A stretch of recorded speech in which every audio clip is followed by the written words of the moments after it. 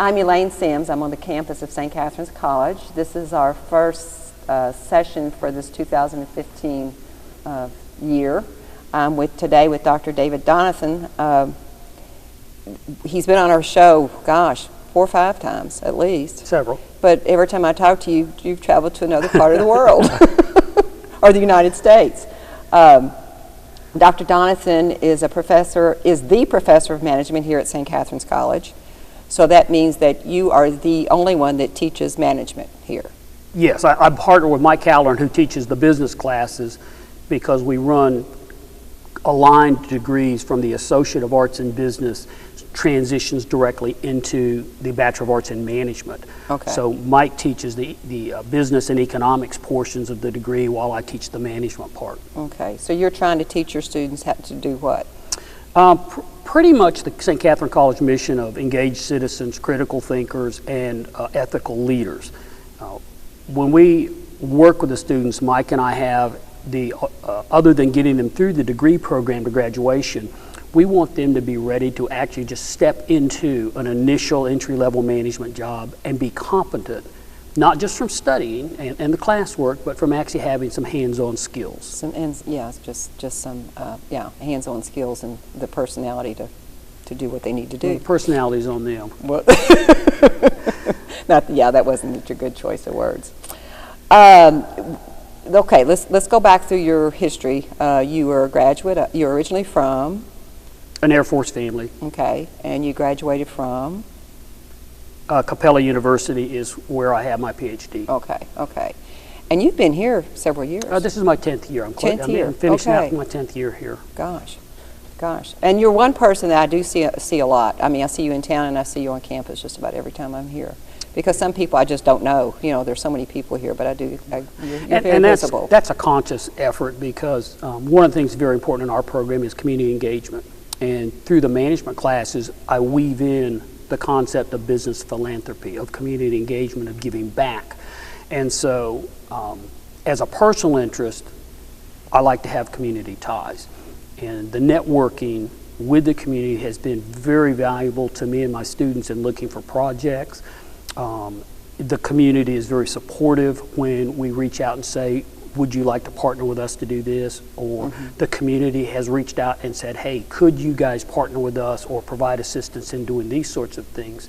So since the college is now officially part of Springfield, I think that that's very important that the community feel we belong, and I also think it's important that the college not separate itself out, but actually be entrenched in the community, because so many of our staff live here. Sure. Well, they need to see that you know it's a two-way process, and what you are doing. Yes. And you are. I mean, you did Military Day. I mean, you've done many things that have involved the community, and I see you in town running, and you're very visible, which is great. Thank you. Which is great. Great rep of St. Catherine's. So you live here? We live in Springfield, okay. Out on Booker Road. Okay. When I was hired at the college, one of the things we did was we moved from Pulaski County to actually Lebanon for our first house there, and we've since purchased property out on Booker Road and moved there, where we intend to retire. Good. And you're a I don't want to say magistrate. You're a constable. I am. I'm the county constable for the 5th district. Actually, it's the only county constable. So. What does that entail? It's actually kind of a throwback to the earlier days when we didn't have a lot of police and sheriff, but it is a constitutional law enforcement officer with the same authority and essentially powers as the sheriff. So you could give me a speeding ticket. I could. Can I tell you what kind of car I drive? Not yet, but I'm sure we'll talk. And I actually got into that, and it became a bit of a civics lesson. Okay. And it's been an interesting process, going through the appointment 2 years ago up through being elected this term.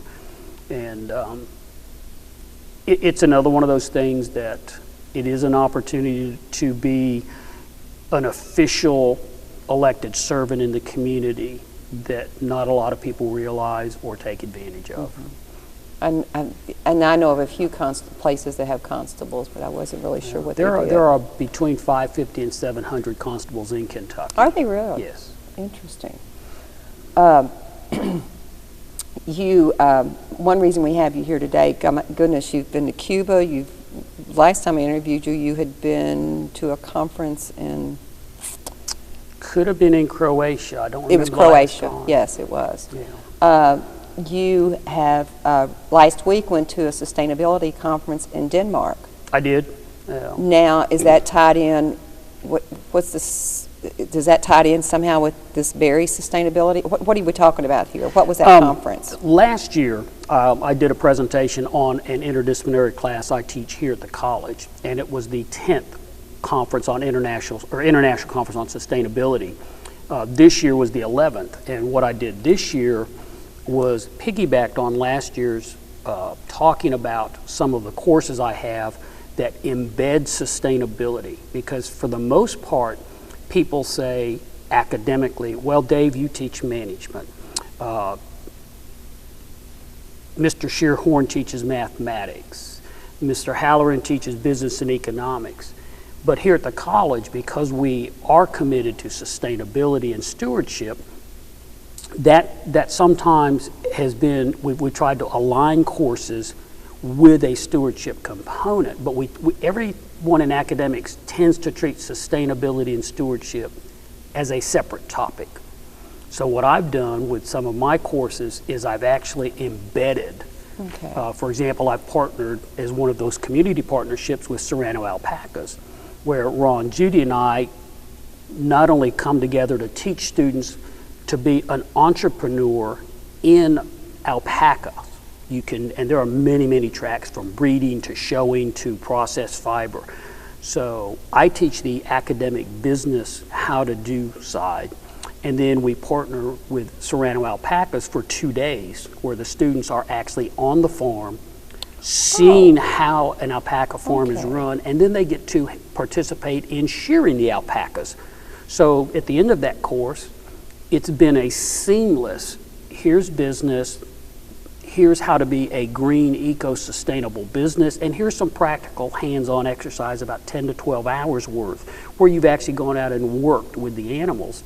So at the end of that, when you walk into a store now and see an alpaca shawl, you have a complete picture. And the students will walk away having learned good green business practices without really realizing that, oh, that could be studied separately. And so they start to come to see that sustainability, environmental friendly policies are part and parcel of responsible business. And this year, when I went to the 11th International Conference on Sustainability in Denmark, I was able to move forward to the next step, and I taught a workshop on how you can cross disciplinary lines to embed sustainability and stewardship practices in a course that is in your specific discipline. And for example, if you're teaching travel and tourism, you can teach ecotourism right along with tourism practices and principles. And it was a lot of fun to do. How long were you there? We were actually there for about a week. The conference was 5 days. 55 countries were there. And it was incredible to see what the rest of the world is doing on sustainability. Really?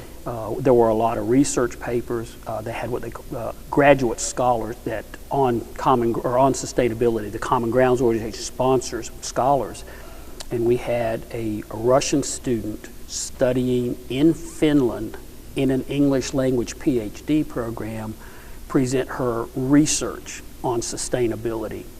Goodness. We got to meet with she's the Dane of the Year, and she has done a lot of work on wasting no food programs, and has just done a phenomenal job of bringing together people, businesses, corporations, and government into reducing food waste and recycling edible foods to keep them out of the garbage heaps. And wow. so it was just really great to see what is possible.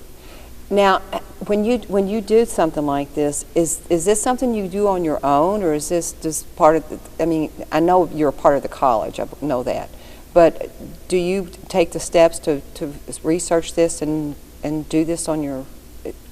Yeah, part of our distribution of effort, as they call it, you know, what we do for a job, a small percentage of it is professional development. Okay, okay. And so these sorts of things are, I get a lot of emails from different organizations and conferences asking if you would like to attend or would you like to present a request for proposal to present. And this is primarily done out of pocket, it costs the college nothing. I work around my class schedule so that the students don't miss out on anything. But it's just an opportunity for other people in the U.S. and abroad to see that St. Catharine College is very small in the scheme of things, but we are doing good things, and that, you know, we are reaching out to do different things. Well, I'm sure the more you do this too, the more contacts you have and greater ideas you get on how to participate in something like this. You do, and that's what I was saying. The networking is incredible. Yeah, networking. Yeah. Yes. In fact, I just answered an email this morning from one of the graduate students who's she's an American student, and we had talked over dinner about teaching English in China, which we talked about last time while I was here. And she sent me an email and said, you know, I'm really interested in doing that next summer. Could you send me information? And so you do get a lot of information requests like that. People will contact you just with different questions or, again, opportunities to work with them on different projects. Well, good. Sounds great. I mean, but every time I talk to you, it's just amazing what you research and then you go. You go for it. Good for you. I think that, you know, you have to do it for yourself. Too often, too many people want to do things. And when we were first married, April and I decided that we could either go out and do things and maybe regret not having enough money or not having this or that, but we didn't want to wait later and say, gosh, I really wish we had done this. So she's very supportive because the opportunities like this don't come along very often, and you just have to take advantage. Sure. Well, it's great. It's great that you do that. Another thing that you've just attended, you are the state representative on the IRS taxpayer panel. Yes. Now, what does that mean? They passed a public law that established a taxpayer advocacy panel of 75 members. We're all volunteers. We all go through an application and screening process, and each state has one designated representative to the panel. And the panel's mission is sort of an interface between American taxpayers and the IRS. So one of the things that we do is we go around and try to do information briefings and information sessions on taxpayer services that are available, and we try to help the taxpayers make improvements or recommend improvements or report problems that they're having with the Internal Revenue Service. Okay. Now, we do not work on an individual tax problem. So, for example, if you came to me and said, well, I just am having all this horrible time, why can't I get my tax return? Okay, that's not something that we're chartered to do. Okay. But if you were to say, I've been trying to call the 1-800 number for 2 weeks and I have spent 17 hours on hold and I've never actually talked to a person, what's that all about? Then we will take those kinds of reports and the committee collates them. We have a staff at the IRS that are our researchers and provide support for us, and then we will report back that these are trouble nodes, these are problems. If you go to the Taxpayer Assistance Center, and that's the specific subcommittee I'm on, and you comment that, well, I've been there 3 times for appointments and I've never actually had anybody see me, they keep saying, oh, you'll have to come back later. So those are the kind of problems that we look at that are more systemic in order to improve IRS response to taxpayers. Okay. So each state was represented at this conference in Georgia? Well, this was a training session. It was a training session. Every Okay. year, a certain number of the people rotate off. It's a Okay. 3-year appointment. Okay. So this year, about half of us at the training were new. And they break Okay. you down into subcommittees, and you do teleconferences 3 times a month, a lot of emails, a lot of outreach programs, where we will actually go out, as I mentioned, and do an information session. If taxpayers have issues, then we have specific forms they can fill out that we send back to the committees for collating, and we look at seeing what we can do with them. Is this the beginning of your 3-year term? Yes. Is that? Yes. Okay. Yeah, I got the letter in December that I had been appointed to the panel. Okay. So, but there's 75 people on the panel in Kentucky? No, total. Total. Nationwide. Nationwide. It's a federal national committee. Okay. Right. So you stepped up for this. You. I did. I was very surprised. I when don't I see how got you the have time letter. to sleep. It's a rural community, and we have a lot of free time to rest. Good. In doing, it's so diverse, all the things that you're are involved in. It's great that I think that you're always searching. I mean, your mind just must be growing and growing and growing. I think a lot of what I do are offshoots of personal interest. Okay. For example, with my military background and a lot of the training I've had, I'm very interested in leadership. Leadership theory, but more importantly, the practice of leadership. Because I'm in education, I've been involved in the Kentucky Association for Continuing Higher Education, and I'm actually this year's president. So last fall, I went to the national conference and actually did a workshop on how to become a more effective leader. So that is a result of things that I'm already interested in, a lot of things I like to think I'm doing. Mm-hmm. The sustainability conference, we live out on Booker Road. We do the farm garden. We do the honeybees. April's in the Master Gardener class. So we are in a lot of sustainable related issues with new pioneers. So what happens then is when you embed that in your classes, then actually going to present at a workshop is a natural offshoot. So I don't think that it's amazing. I just think that it's comforting to me that I'm able to do so many things that basically a lot of people could do if they would just take that first step over thinking about it. Sure. Were you in the military? I did 22 years in the Army. Okay. Yeah. Okay. Yeah. And then, did you go to school after that? When you came out? Actually, the Army had at the time an extremely good advanced education program, and essentially paid for me to get finish my bachelor's degree and get my master's degree while I was on active duty. Oh, while you were on duty? Yes. Wow. You went to That's night school, great. so I've always the Where students. did you live then when you were in the Army? Well, we traveled pretty much around the world. We did 2 tours of duty in Europe. We did a tour of duty in Guam, and then we spent our last 5 years in California before we came here. Okay. You're a native of Georgia. Georgia. Okay. Why did you come to Kentucky? Did you come because of St. Catherine's? No, I came because my wife's family is from Pulaski County. From Pulaski County. Okay. Yeah. We've gone there several times. It's a great place. Good people. Yes, Good people. Good people. Fun. Well, you continue to amaze me, all the things you do. It's great. I mean, I'm like you. You know, they say always be a dreamer, and you just keep on dreaming, and then you fulfill those dreams by pursuing what you want to do. Well, I think it's sad too, because of the number of people you talk to, who, when you talk about these sorts of things, the initial response always begins, I always wish I had, or I always wanted to.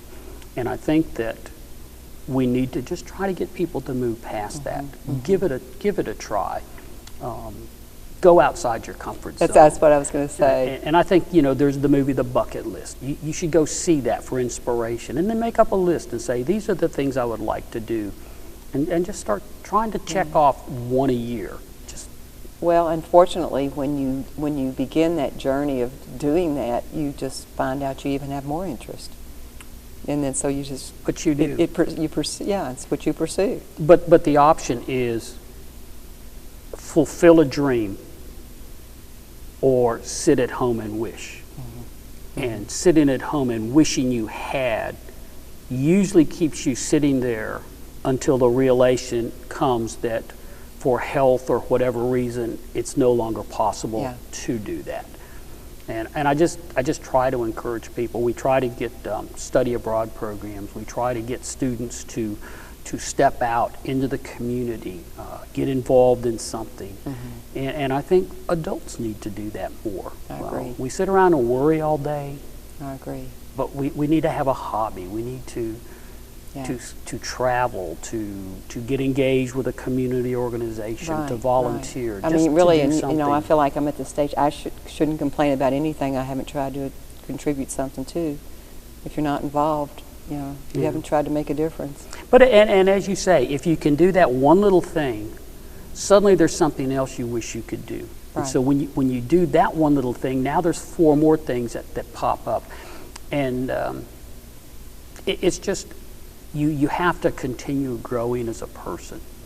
Well, I think that's great that you bring this to the college, to your students. I mean, it's something that, with the social media and everything, a lot of people don't seem like they have time to get involved as much as they used to. And of course, these young people are very involved with their children, which is wonderful. But again, you've just reaching out, coming out of that comfort zone and doing something. Yeah. I think a lot of it too, and we're able to teach this in the management curriculum, is leadership by role modeling. One of the most effective ways to influence behavior is by actually practicing the desired behavior, which that's real so academic, isn't it? Mm-hmm. It's go out and do what you tell people they should be doing. Yes. Because it's very difficult for them then to not take that lesson in. Whereas it's very easy to be dismissive of someone who says, this is what you should do. And then you can look and say, yes, but you don't do that. Yeah. And it's very, very effective to just go out and do. My students, I encourage the philanthropy. So I try to get a lot of them to do the St. Catharine College blood drive. We need volunteers for the health sciences students in their in-house hands-on training for scan modeling. So you encourage your students to actually go out and do that. And of course, one of the things they ask is, oh, well, do you do that? And it's very counterproductive to say, well, no, I'm just too busy. Yeah. Or no, I don't have the time. Yeah. Well, if you don't have the time, neither do they. Yeah, that's true. That's true. Well, thank you for everything you bring to St. Catherine's and to Washington County. I enjoy these talks. And you know, it's interesting. I mean, it's admirable. It's admirable. Thank you. Good for you. Thank you so much. Thank you much. Thank you.